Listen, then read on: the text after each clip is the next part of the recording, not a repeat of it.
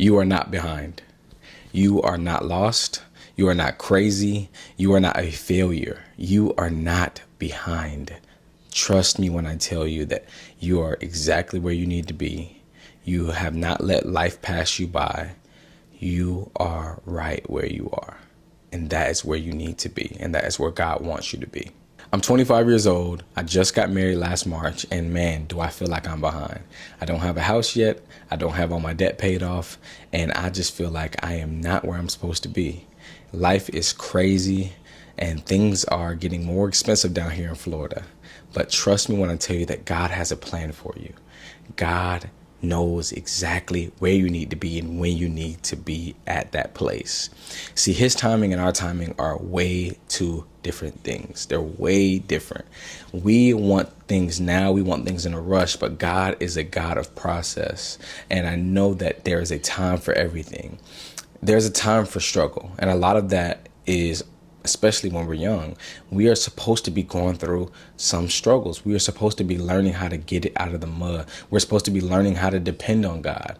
And it hurts sometimes. It sucks sometimes. It's scary sometimes. But you are exactly where you need to be. I need you to stop panicking. I need you to stop freaking out. I need you to stop doubting what God is doing in your life. God will give us a vision and we'll trust it one day. But then the next day, because we don't see it, we abandon him. We stop praying for it. We stop thinking about what God is doing. And I'm telling you right now that he is not done, but there is a process. And what looks like a long time to us is a short time for God. And a lot of us are in a season where we're going through a time of trials, tribulations, a time where we need to be strengthening ourselves, a time where we're learning how to gain the fruits of the Spirit, a time where we're dying to our flesh and we're killing off the old self. But it is not easy. Ecclesiastes chapter 3 verse 1 says, there is a time for everything. Everything underneath heaven, there is a time and a place for. I'm going to put the verse up here. I want you to understand that God has a plan. He is in control, and there is just seasons for everything. There's a season for us to be on the highs, and there's a season where we're going to be on lows.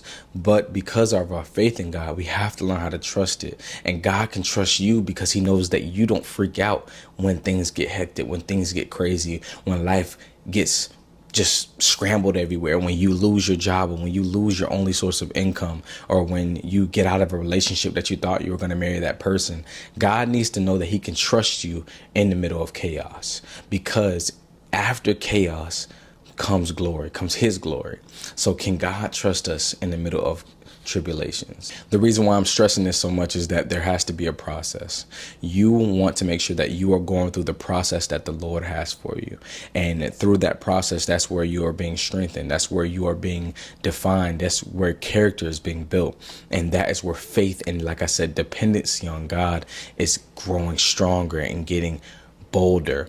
We need to lean into the process. We have to allow the process to shape us.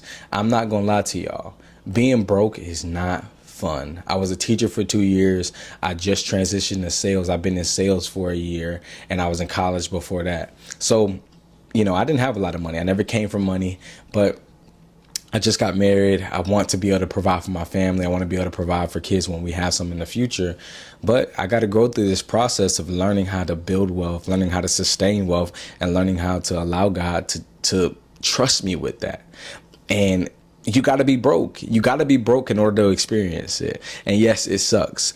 Being married is fun. Being married is amazing. But because we're married young, we are both stubborn sometimes. Sometimes we're both stuck in our ways. And you know what that comes with? Sometimes it comes with hard times. Sometimes it comes with hard conversations. But through the process of that is where the marriage is defined. That is where character is defined. And you have to go through a process. You think that God is forsaking you. And in reality, he's being quiet to see what you're going to do. Are you going to keep praying like when life was good? Or are you going to give up on him? God wants to see where you are. God allows you to be tested. And are you going to fail that test? Are you going to fail that test? That's what you have to ask yourself. There is no fire without friction. And what I mean by that is, in order to have fire, you have to be pressed and you have to be shaken and you have to be burned sometimes. You got to go through it if you want to see God use you. You got to go through it if you want to see God do big things. You got to go through it if you want to see a fire of God in your life. Allow the process to shape you. Allow the process to shape you. Pressure can either do one or two things. It could either create diamonds or it could burst a pipe. Pressure either creates diamonds or it bursts pipes. Which one are you going to be? And I don't mean that by you taking on all the strength yourself. I mean that by I'm going to face it and I'm going to allow God to be my head. I'm going to allow God to be my refuge, and I'm going to allow God to be my strength. And you will see yourself come out the other side almost looking untouched, but it's only by your trust and your faith in God. A lot of us have to stop comparing ourselves. A lot of times we can be on social media way too much. We can think that we are behind because of the things that people post. And when I tell you that social media is a facade, it's all fake. People don't post their lows, they only post their highs. And in reality, God doesn't want you looking at other people thinking that those blessings are yours. God has something directly designed for you, but you have to stay in your lane and you have to keep your eyes focused on the Lord. Matthew chapter 6, verse 33 says, "Seek first the kingdom and his righteousness, and all these things will be given to you." Whatever God has for you is only going to come to you by you focusing on him, not on the things of this world, not on the people in this world, but only on God. Keep your eyes off of other people. You might need to delete social media. You may need to just get off it for a season, maybe a month, maybe a couple of weeks, and really just focus on the plan that God has for you. Vision plan. Talk out your ideas with your friends and pray. Dive deep into prayer and fasting and get rid of all comparison, because you are destined for greatness. You are destined for whatever God has for you, but you got to focus on that and not on other people. We got to let God be God. We got to stop trying to control the situations and trust that God is everything that we need and that he has his hand in everything that we need. You're here today because God knows exactly what you need. You have been through what you've been through because God knew that that was going to shape you and allow you to turn to him.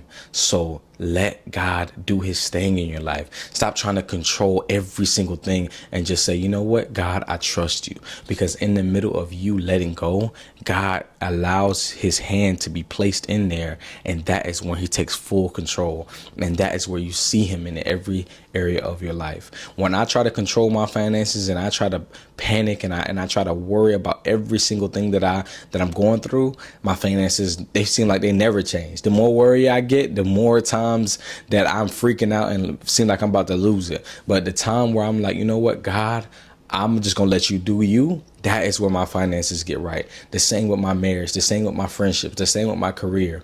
God wants you to let go of control and just trust him. Do your part and let God be God.